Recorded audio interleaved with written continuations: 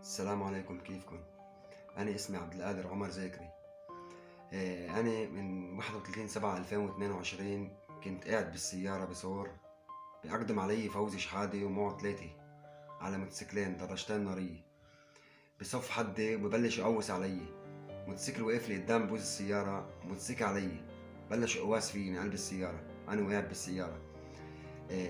أنا بتمنى من القضاء ياخذ لي حقي منه، لأنه أنا رافع دعوة بحقه ولهلا ما بين شيء ولا مطلوب. هو لهلا بريء الحبس.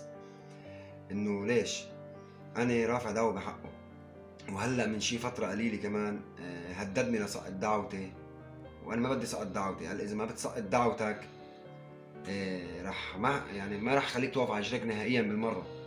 ليش؟ أنت مين؟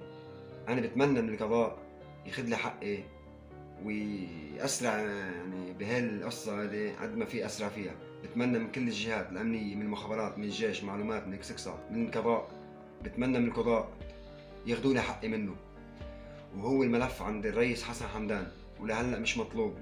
من 31/7 لهلا مش مطلوب. هن 4 أشخاص، واحد موقف منهم اسمه مهدي السمرة، بعد في فوزي شحادة مركب بالشعار، وفي هاشم بطار، ومعهم واحد رابع ما شفت وجهه، بس يعني شفت لميح انه مبين ضعيف ومربي دقن، بس ما لمحت بالمره لانه كان حاط كمامه. انا بتمنى من القضاء ياخذ لي حقي، وبتمنى انه يبين لي حقي من هالشيء. لهلا لا مطلوب ولا مقطوع مذكر توقيت بحقه، وفلتان بريد الحبس. أنا عندي عائلة بدي أعيشها، وعندي أطفال، عندي بنتين صغار، واحدة عمرها 5 سنين وواحدة عمرها 3 سنين، وأنا يعني راكد لحتى عيش عائلتي. أنا ما دخلني بمشاكل وما بدنا نفوت بمشاكل. أنا بتمنى بالقضاء ياخذ لي حقي ويبين لي حقي. صار له سنة القصة، لهلا مش مطلوب. ليه؟ ليش؟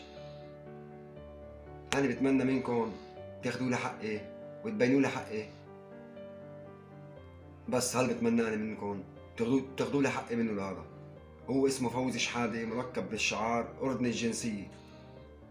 أنا بتمنى من كل القضاة تاخذ لي حقي، لأنه أنا لما قوسني 7 رصاصات بإجري، 7 رصاصات بإجري، لو ما لطف الله كنت يا متت يا أما انشليت. بس الحمد لله رب العالمين، الله آمني من هالشدة، الله آمني، لأني لا آذي ولا خصني بمشاكل. الحمد لله بعمري ما أذيت إنسان.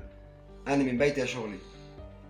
بتمنى من القضاء ياخذ لي حقي ويبين لي حقي باسرع ما يمكن، لانه هلا مهددني لحتى سقط دعوتي، وانا ما بدي سقط دعوتي. ورفعت دعوه بحقه كمان بالنيابه العامه من شي فتره 25 يوم 20 يوم. رفعت دعوه بحقه ولهلا مش مبين شيء. ليش؟ انا بتمنى من القضاء ياخذ لي حقي ويبين لي حقي.